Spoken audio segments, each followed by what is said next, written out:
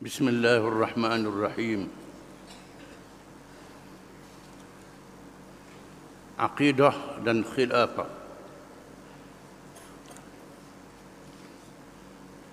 Khilafah adalah sebahagian daripada tujuan dan peranan diciptakan manusia sebagaimana yang ditentukan oleh Allah Subhanahu wa taala. Allah Subhanahu wa taala, wa idh qala rabbuka lil malaikati inni ja'ilun fil ardi khalifah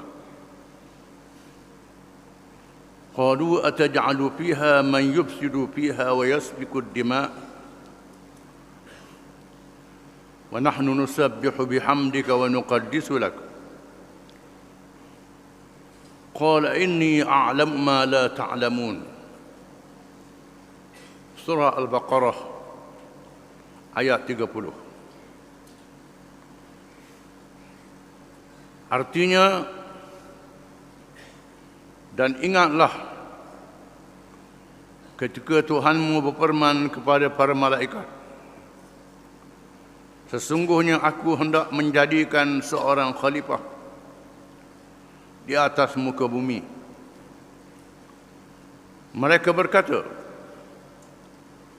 mengapa engkau hendak menjadikan khalifah di bumi itu orang yang akan membuat kerosakan padanya dan menumpahkan darah, padahal kami sentiasa bertasbih dengan memuji engkau dan mensucikan engkau. Tuhan berfirman, sesungguhnya aku mengetahui apa yang tidak kamu mengetahui.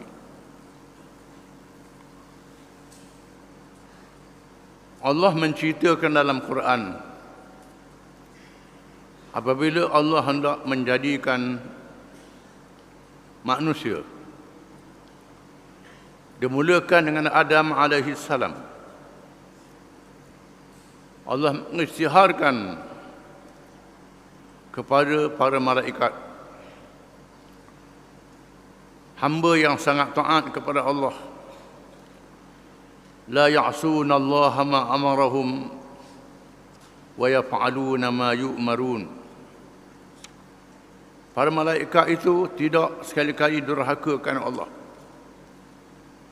dan mereka buat apa sahaja yang disuruh kepada mereka. Makhluk yang sangat suci, tidak mengerjakan dosa, tidak lelaki, tidak perempuan, tidak makan, tidak minum. Tugasnya taat semata-mata kepada Allah Ta'ala. Tidak ada nafsu, sama ada makan ataupun lelaki dan perempuan kepada malaikat. Kerana mereka dijadikan tidak lelaki, tidak perempuan, tidak makan, tidak minum, bertasbih memuji Allah Subhanahu wa taala.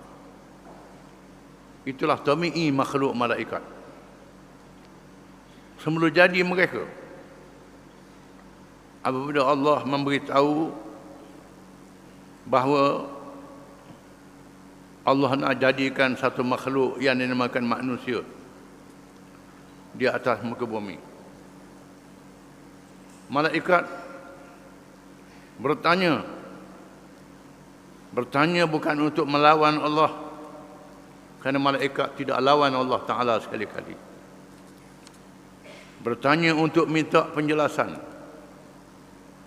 kerana sebelum ada manusia sudah ada makhluk yang lain, makhluk jin yang berperang di antara satu sama lain, bergaduh antara satu sama lain.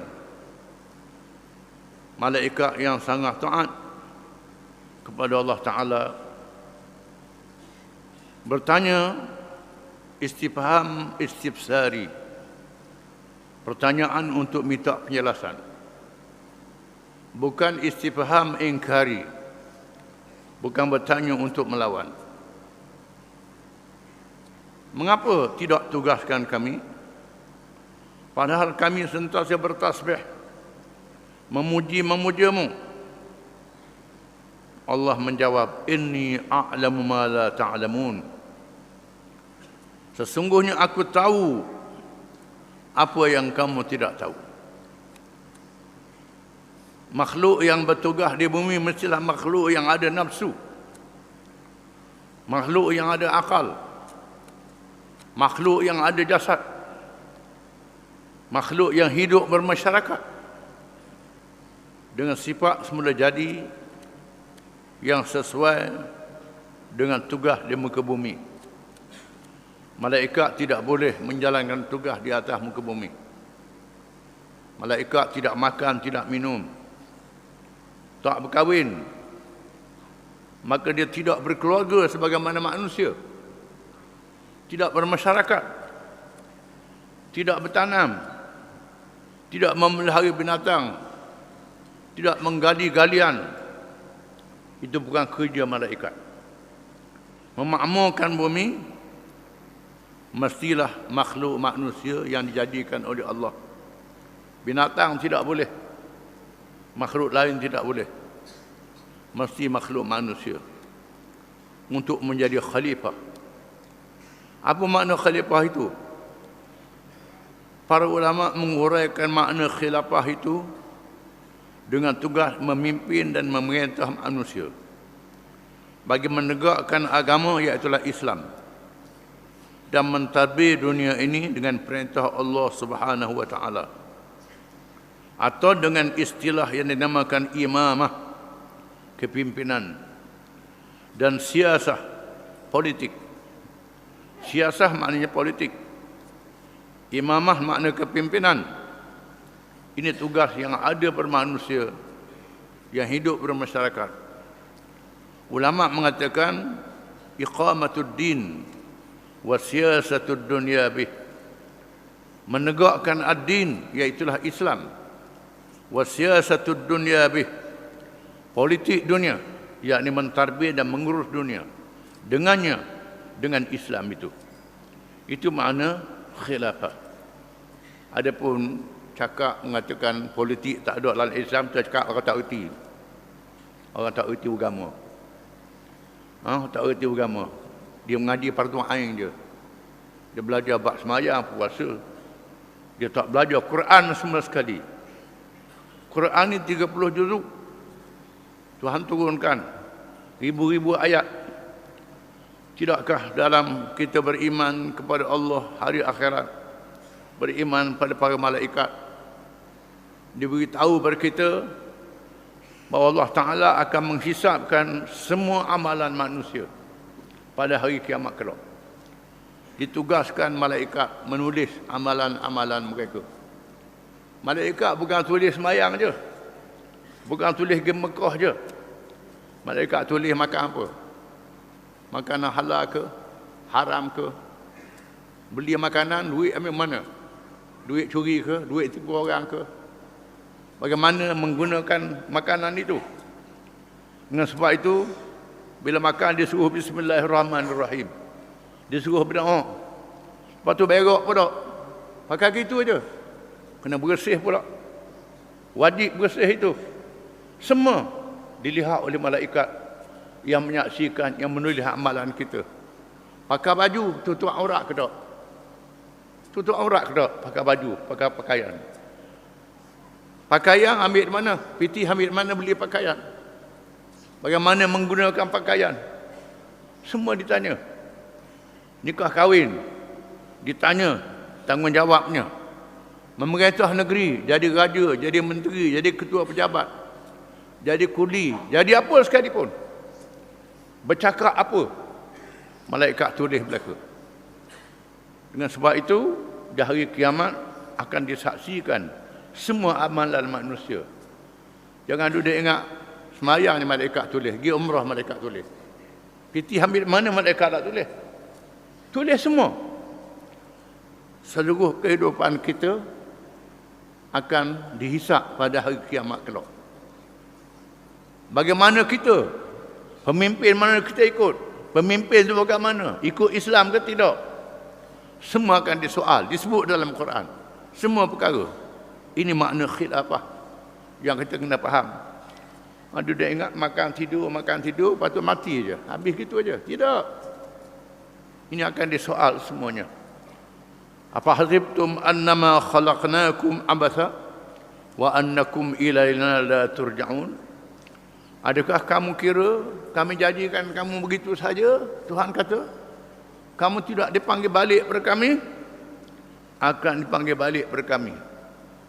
Akan ditanya semua urusan kamu dan kehidupan kamu. Semua ditanya belaka. Saya tertarik dengan langkah yang diambil oleh Al-Imam Al-Ghazali rahimahullah. Imam Ghazali ialah seorang alim yang mengarang banyak kitab. Antaranya kitab tasawuf. Banyak orang baca kitab tasawuf saja. Tak baca kitab usul fiqh, tak baca kitab akidah, tak baca kitab fiqh yang ditulis oleh Imam Ghazali. Baca sekitab je. Imam Ghazali banyak kitab karangan dia. Beliau menulis yang telah memasukkan bab ini, bab iaitulah bab politik di dalam kitabnya Al-Iqtisad fil I'tiqad. Ini kitab Imam Ghazali Al-Iqtisad fil I'tiqad yang membicarakan perkara-perkara yang berhubung erat dengan akidah, berkait dengan iman. Disebut perkara pemerintahan, imamah. Kerana peranannya dilakukan secara berdepan oleh para nabi-nabi alaihimussalatu wassalam. Kerana kerja memimpin dan memerintah ini kerja nabi-nabi alaihimussalatu wassalam. Ulama adalah waris nabi-nabi. Innamal ulama'u warathul anbiya. Dengan sebab itu disebut wa fadlul alimi 'alal 'abidi. Disebut dalam hadis yang panjang, man sahala tariqan ilal ilmi sahhalallahu lahu tariqan ilal jannah wa innal malaikata la tahtaju talibil ilmi ridwan bima yasna wa innal alima la yasablahu man fis samai wal ard wa fadlul alimi 'alal 'abidi ka fadlil qamari 'alan nujum innamal ulama'u warathatul anbiya ma warathu dinaran wala dirhaman wa innama warasu ilman. Hadis riwayat Imam Tirmizi. Barang siapa yang memudahkan jalan untuk menuntut ilmu, Allah Ta'ala memudahkan jalan untuk ke syurga. Sesungguhnya orang yang menuntut ilmu itu, malaikat merendahkan sayapnya kerana redha dengan mereka yang menuntut ilmu. Dan sesungguhnya mereka yang ada ilmu beristighfar kepadanya oleh makhluk-makhluk di langit dan di bumi. Kelebihan seorang yang ada ilmu itu seperti dengan kelebihan seorang ahli ibadat. Kelebihan seorang yang ada ilmu dengan seorang tok lebah saja. Tok lebah ilmu tak ada. Seperti kelebihan bulan purnama di tengah bintang-bintang di langit. Di mana tok lebah ni macam bintang saja. Orang ada ilmu ni bulan purnama. Disebut dalam hadis. Kelebihan sesungguhnya para ulama ialah waris nabi-nabi. Mereka jadi waris nabi-nabi. Nabi-nabi tidak meninggalkan harta, duit, dinar, wang emas. Tidak meninggalkan dirham, duit perak. Mereka meninggalkan ilmu. Barang siapa yang dapat mewarisi ilmu nabi-nabi itu, dia beri kelebihan yang sangat besar. Nabi-nabi itu kerja apa? Antara kerja ialah berdakwah. Berdakwah terhadap siapa? Semua manusia, termasuk pemimpin dan raja-raja. Sehingga menyebabkan mereka berhadap secara langsung menentang orang yang memerintah di zaman masing-masing. Seperti Nabi Nuh alaihi salam berdepan dengan al-malak, pemimpin-pemimpin di zamannya. Nabi Ibrahim alaihissalam menghadapi tentangan Raja Namrud. Nabi Musa alaihissalam menentang Fir'aun. Dan Nabi kita Muhammad SAW menghadapi Abu Jahal dan pemimpin-pemimpin Mekah.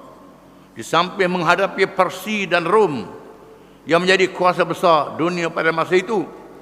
Dan perjuangan seperti ini dilakukan oleh para sahabat, tabi'in yang mengikut sahabat, dan as-salafus salih, iaitulah generasi awal umat Islam radhiyallahu anhum. Adalah menjadi kebiasaan bahawa penyelewengan akidah, penyelewengan agama bermula dari pihak yang memimpin, yang memerintah, dan mereka seringkali memaksa rakyat supaya taat dalam perkara yang mencabar akidah yang sebenar, dan mereka membatalkan kewajipan menjadi khilafah seperti yang diperintah oleh Allah, di mana yang memerintah inilah yang meninggalkan kewajipan khilafah, menegakkan agama sebagaimana perintah Allah Ta'ala, dengan bertindak mengadakan undang-undang dan hukum syariat, dan lebih dari itu menentukan dasar yang lain daripada agama Allah, mengadakan undang-undang dan peraturan yang tidak diizinkan oleh agama. Agama suruh begini, dia buat lain. Agama suruh. Agama ajar begini, dia ambil hal lain pada agama. Yang buat kerjanya ialah pemerintah, pemimpin. Rakyat ikut je. Mereka lah yang menjadi kepala halian, yang menyesatkan rakyat. Dengan sebab itu, maka Nabi-Nabi berhadapan dengan mereka. Allah Subhanahu Wa Taala meletakkan perkara ini, perkara menyeleweng daripada syariat, mengadakan peraturan sendiri yang tidak diizinkan oleh Allah, daripada syirik yang mengancam akidah, syirik yang mengancam akidah, yang merosakkan akidah. Di mana syirik ini bukan sahaja menyembah berhala, termasuklah mengadakan peraturan-peraturan yang tidak diizinkan oleh Allah Ta'ala. Kerana kita wajib beriman dengan Allah, beriman dengan zat Allah Ta'ala, sifat Allah Ta'ala, nama-nama Allah Ta'ala. Syariat Allah ini adalah kalam Allah Ta'ala, ilmu Allah Ta'ala, kebijaksanaan Allah Ta'ala. Bila kita pakai hak lain, kita tolak ilmu Allah Ta'ala, tolak kebijaksanaan Allah Ta'ala, menganggap yang lain pada Allah Ta'ala bijak lagi, pandai lagi, tolak peraturan Allah Ta'ala. Perkara ini dijelaskan oleh firman Allah Subhanahu Wa Ta'ala, am lahum syuraka syara'u lahum minad din ma lam ya'zam bihillah. Surah Asy-Syura ayat 21. Artinya, adakah mereka mempunyai sekutu-sekutu yang membuat hukum syariat yang menjadi sebahagian daripada agama untuk mereka dalam perkara yang tidak diizinkan oleh Allah? Mereka mengadakan peraturan yang Allah Ta'ala tidak izin. Di sana ada perkara yang Allah Ta'ala sudah tetap. Daging babi haram, arak haram, zina haram, judi haram, orang curi cukup dengan syarat-syarat kena kerak tangan, perampok kena hukum hirabah yang disebut dalam Quran. Tuhan sudah tetap. Perkara yang sudah tetap ini, dia buat undang-undang hak lain. Arak ada lesen halal, judi ada lesen halal, macam-macam, ubah pindah. Zina kalau suka sama suka halal. Ini lawan hukum Allah Ta'ala, lawan peraturan Allah Ta'ala. Kecuali dalam perkara yang Allah Ta'ala izin. Tak apa, buat undang-undang jalan raya, lampu merah, lampu hijau, jalan kok kanan, kok kiri, lain jalan raya. Ini tak sebut dalam Quran, diizin oleh Allah, tak jadi masalah. Perkara yang Allah Ta'ala izin, tutup aurat adalah wajib. Wajib tutup aurat bagi lelaki dan perempuan. Nak pakai pakaian warna apa, suka, pilih masing-masing. Tebal mana, ikut negeri masing-masing, tak jadi masalah. Wajibnya tutup aurat. Tiba-tiba buka aurat, dedah aurat, lawan peraturan Allah Ta'ala. Ini yang tidak boleh. Perkara yang Allah Ta'ala tetap, ketika buat hak lain, ini salah. Oleh kerana hak menentukan perundangan, mengadakan hukum syariat adalah ditentukan kepada Allah, maka hamba-hamba yang melantik diri mereka atau mengakui mempunyai kuasa dalam perkara ini adalah menentang akidah yang sebenar, menentang la ilaha illallah, melawan la ilaha illallah. Makna la ilaha illallah ini tidak ada Tuhan yang sebenar malaikat Allah. Ilah, dia sahaja yang kita sembah, syariat sahaja yang kita ikut, peraturan dia yang kita pakai. Jangan pandang, itu makna la ilaha illallah. Bukan mengucap itu saja je siapa gegar surah ratik, tapi tak faham maksud dia. Di sinilah apabila Nabi kita Muhammad sallallahu alaihi wasallam mengajak pemimpin-pemimpin Arab, kabilah-kabilah Arab yang mengerjakan haji di tahun akhir Nabi berada di Mekah. Nabi kata, qulu la ilaha illallah. Katalah la ilaha illallah. Bila dia dengar la ilaha illallah, lalu pemimpin Arab yang faham bahasa Arab mengatakan, hadza amrun takruhul muluk idzan tuharibukal arab wal ajam. Kalau inilah yang kamu ajar, kata pemimpin itu, kamu akan diperangi oleh semua kerajaan-kerajaan yang ada dalam dunia. Semua kerajaan yang ada dalam dunia hari ini tak setuju ini la ilaha illallah, kerana mereka ada peraturan sendiri. Idzan tuharibukal arab wal ajam, engkau akan diperangi oleh orang Arab dan bukan Arab. Seluruh dunia akan lawanmu. Ajaran yang mu bawa ni molek, tetapi berlawan dengan semua dunia. Itu makna la ilaha illallah. Menolak yang lain daripada Allah. Semayangnya, puasanya, nikah kahwinnya, hukum syariatnya, cara hidupnya. Mereka menentang. Kerana Allah Subhanahu wa taala telah berfirman kepada orang-orang Yahudi dan Nasrani, ittakhadhu ahbarahum wa ruhbanahum arbaban min dunillah wal masih ibn maryam wa ma umiru illa liya'budu ilahan wahida la ilaha illahu subhanahu amma yusyrikun. Surah At-Taubah ayat 31.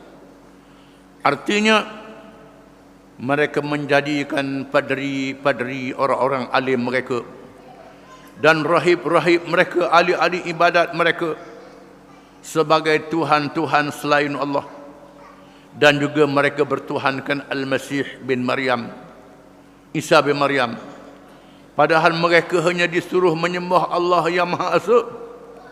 Tidak ada Tuhan selain dari Allah selain dia. Maha suci Allah.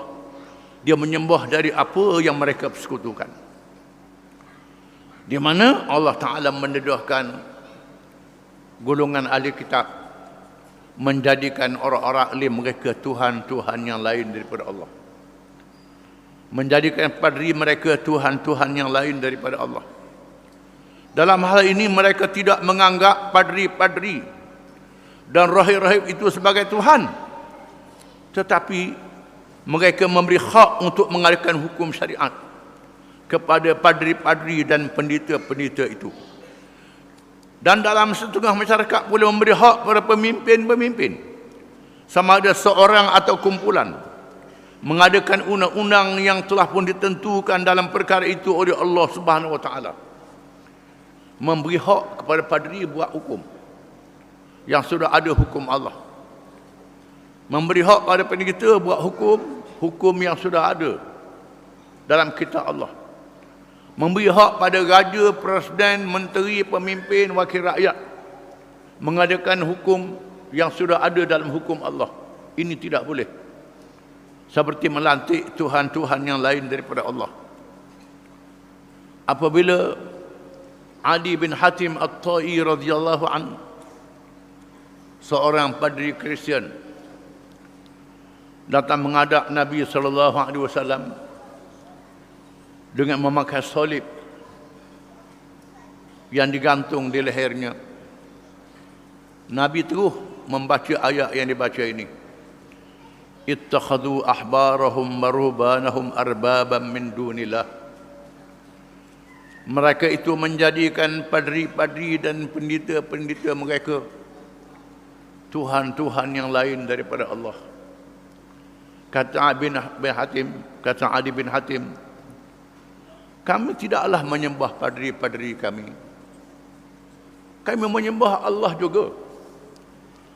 Lalu Nabi kata, tidakkah agama kamu mengharamkan perkara-perkara ini? Tiba-tiba kamu menghalalkannya. Agama kamu suruh begini, kamu buat lain. Tidakkah begitu?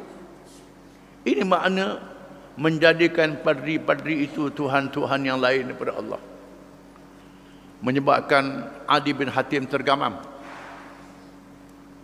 Tak boleh nak jawab hujah Nabi. Lalu Nabi berkata, wahai Adi, aku tahu mengapa mu tak masuk Islam. Kerana kamu ingat Islam ni miskin, tak ada duit. Wahai Adi, akan tiba masanya Islam akan menang, harta akan melimpah ruah, sehingga tak cukup orang nak terima harta. Wahai Adi, aku tahu mengapa mu tak masuk Islam. Kerana mengingat Islam dia lemah, akan tiba masanya Islam akan berkuasa dan memerintah. Wahai Adi, kamu tahu Hirah? Hirah ialah pusat kerajaan Parsi. Pusat kerajaan Parsi kuasa besar di masa itu. Kata Ali, aku tahu Hirah itu ada. Aku tak pernah pergi. Wahai Adi, akan tiba masanya Islam akan menguasai Hirah. Perempuan-perempuan Hirah akan datang ke Mekah. Tidak ada siapa yang ganggu dia. Dunia sudah menjadi aman, kata Nabi pada Adi bin Hatim. Akhirnya Adi bin Hatim mengucap 2 kalimat syahadah, masuk Islam. Dan yang masuk Islam sungguh-sungguh. Bila Nabi wafat, kabilah-kabilah Arab murtad, keluar daripada agama Islam. Tinggal Mekah, Madinah, sebahagian Yaman, sebahagian Masqa dan Uman, tak murtad. Termasuk kabilah Adi bin Hatim tidak murtad, kerana dia mempertahankan Islam. Dan Adi bin Hatim mencari rakan-rakannya, kawan-kawannya yang dia kenal, jangan murtad. Islam adalah agama yang benar.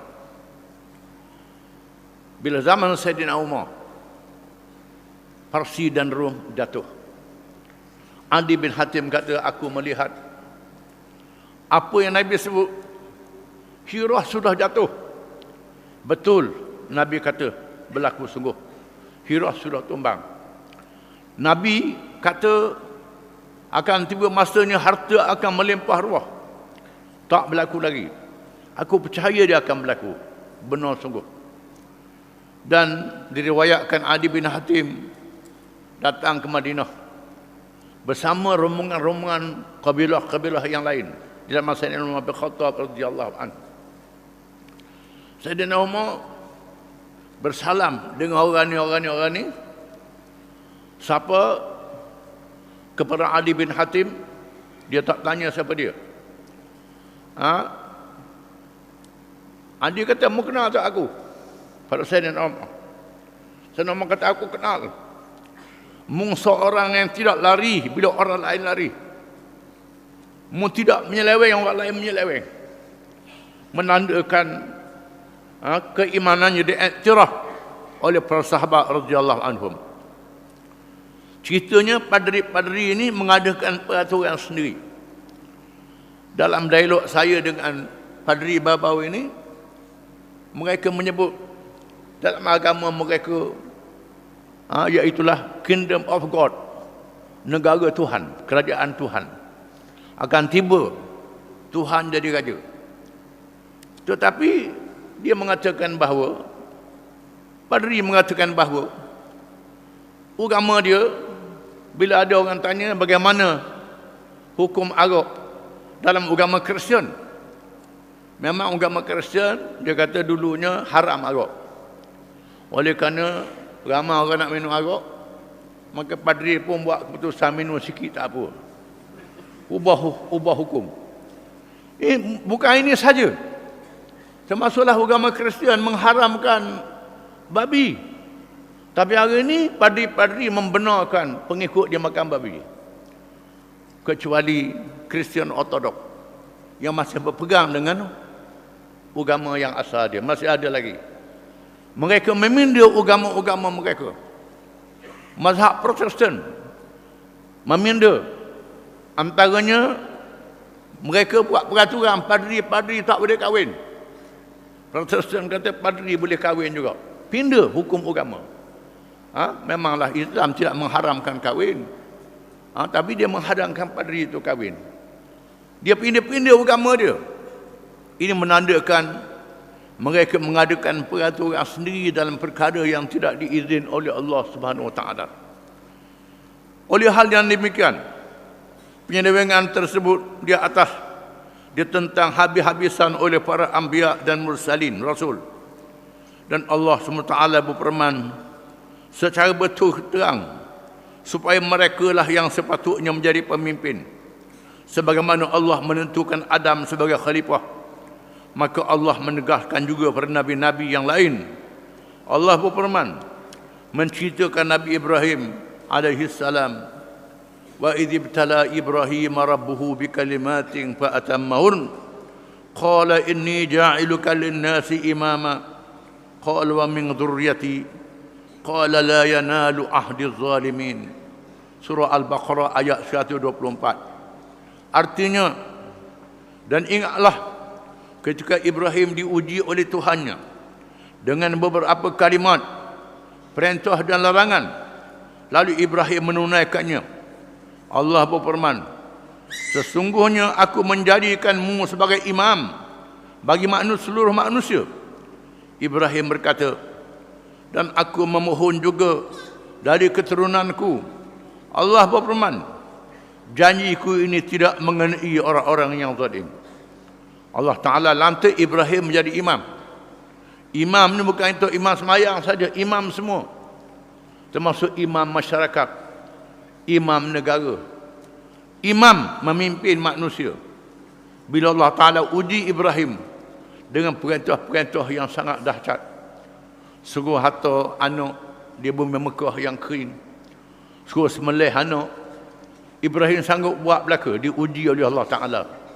Dan banyak lagi perintah-perintah yang lain. Bila Ibrahim buat semua perintah itu, Allah Ta'ala kata, Ibrahim aku lantik menjadi imam, jadi pemimpin. Lalu Ibrahim minta supaya zuriat keturunan dia jadi imam juga. Tuhan kata tak masuk orang yang zalim. Orang yang tak ikut perintah Allah Ta'ala tak termasuk dalam janji aku. Kalau jadi juga, orang ni di luar daripada pertolongan aku. Firman Allah Subhanahu Wa Ta'ala, ya Dawud inna ja'alnaka khalifatan fil ard fahkum bainan nas bil haqq wa la tattabi'il hawa fa yudillaka an sabilillah innal ladhina yadhilluna an sabilillah lahum azabun syadid bima nasu yaumal hisab. Surah Sad ayat 26. Artinya, hai Daud, sesungguhnya kami menjadikan kamu khalifah di muka bumi, maka berilah keputusan di antara manusia dengan adil. Janganlah kamu mengikut hawa nafsu, kerana ia akan menyesatkan kamu dari azab yang berat, kerana mereka melupakan hari perhitungan. Ayat ini mengatakan Allah Ta'ala istihad Daud menjadi khalifah, menjadi ketua negara. Bahkan sambungan ayat ini, Nabi Daud melantik anak dia Sulaiman alaihi salam jadi raja. Dengan makna khalifah ada dalam Quran, raja ada dalam Quran. Dua-duanya ada dalam Quran. Khalifah ada dalam Quran, raja ada dalam Quran. Dua-dua diiktiraf oleh Allah Ta'ala dengan syarat mengikut syariat Allah Ta'ala. Wallahu a'lam.